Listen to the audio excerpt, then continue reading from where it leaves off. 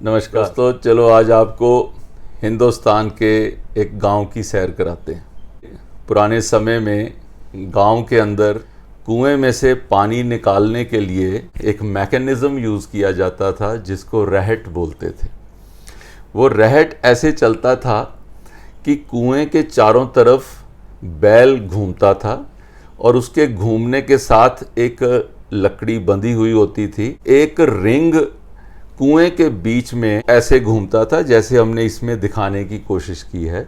उस रिंग के ऊपर डब्बे लगे होते थे और बैल घूमता था तो ये रिंग कुएं के अंदर घूमता था और वो उसे पानी डब्बे में भर के निकलता और पानी ऐसे एक रास्ते के अंदर डाल दिया जाता था जिससे वो खेत के अंदर पानी दिया जाता था। लेकिन जब भी रहट के लिए वो बैल चलता था उसके साथ साथ एक आवाज़ आती थी, कड़क कड़क कड़क कड़क, और वो आवाज़ सारे गांव में सुनाई देती थी। आजकल बच्चों को जब स्कूल में पढ़ाते हैं अबाउट एंशिएंट विलेज लाइफ, तो इसको वाटर व्हील के नाम से पढ़ाया जाता है। एक दिन ऐसे ही जब गांव में रहट चल रही थी तो वहाँ पर एक घुड़सवार आया। उसने पास बैठे एक किसान को बोला कि भैया मेरे घोड़े को प्यास लगी है, थोड़ा पानी मिलेगा।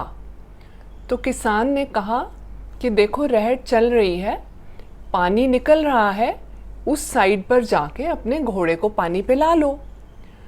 तो घुड़सवार ने नीचे उतरकर घोड़े की रस्सी पकड़ी और उसको पानी की ओर ले जाने लगा। लेकिन घोड़ा उस कड़क कड़क की आवाज़ से डर रहा था और वो आगे बढ़ने को तैयार नहीं हुआ। उस घुड़सवार ने बहुत कोशिश करी कि घोड़े को मैं पानी के पास ले जाऊं, लेकिन वो घोड़ा डर के मारे आगे नहीं बढ़ा। तो घुड़सवार ने किसान को आवाज़ दी और बोला कि भैया ये कड़क कड़क की आवाज़ को बंद करो, मेरे घोड़े को डर लग रहा है और मैं उसको पानी नहीं पिला सक रहा। वो बात सुन के किसान घुड़सवार की तरफ देखता है और उसको हाथ जोड़ के बोल, कड़क कड़क की आवाज़ तभी बंद हो सकती है जब मैं बैल को रोक दूं, और अगर बैल को रोक दूंगा तो ये रिंग चलना बंद हो जाएगा। ये रिंग चलना बंद होगा तो पानी निकलना बंद हो जाएगा। अगर घोड़े को पानी पिलाना है तो ये कड़क कड़क की आवाज़ को उसे सहन करना होगा और अपने डर पे काबू पाना होगा और पानी इसी कड़क कड़क की आवाज़ में ही पीना होगा।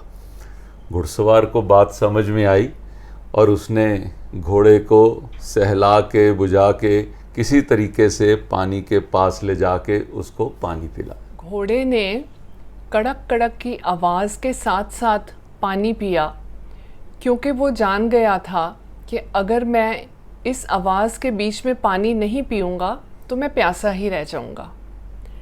हमें भी सोचना चाहिए कि क्या हम ज़िंदगी की कड़क कड़क में अपने सभी काम कर रहे हैं। कई बार हम अपनी ज़िंदगी के सर्कमस्टेंसेस के साथ एडजस्ट नहीं करना चाहते, लेकिन कभी भी कोई सिचुएशन आइडियल नहीं हो सकती। जो भी हमारे सर्कमस्टेंसेस होते हैं हमें उनमें एडजस्ट करना पड़ता है और एडजस्ट करना भी चाहिए।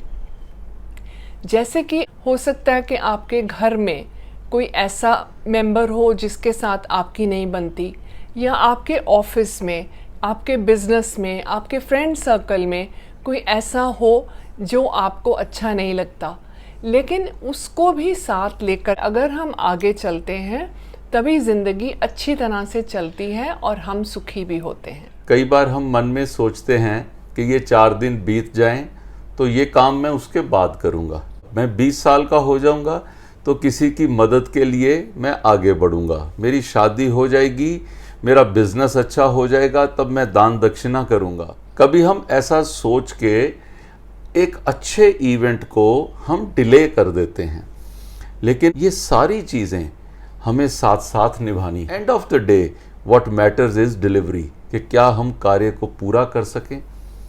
कबीर जी ने भी कहा, जो कल करे सो आज कर, जो आज करे सो अब। मुझे लगता है कि हमारी आज की कहानी आपको ऐसी प्रेरणा देगी। किसी कड़क कड़क की वजह से आपके रुके हुए काम को आप पूरा करने की तरफ आगे बढ़ेंगे। और अगर हमारे सन रेज के इस प्रयास से आपके जीवन में कुछ परिवर्तन होता है तो ऐसा लगेगा कि हमारा कार्य पूरा हो गया। नमस्कार।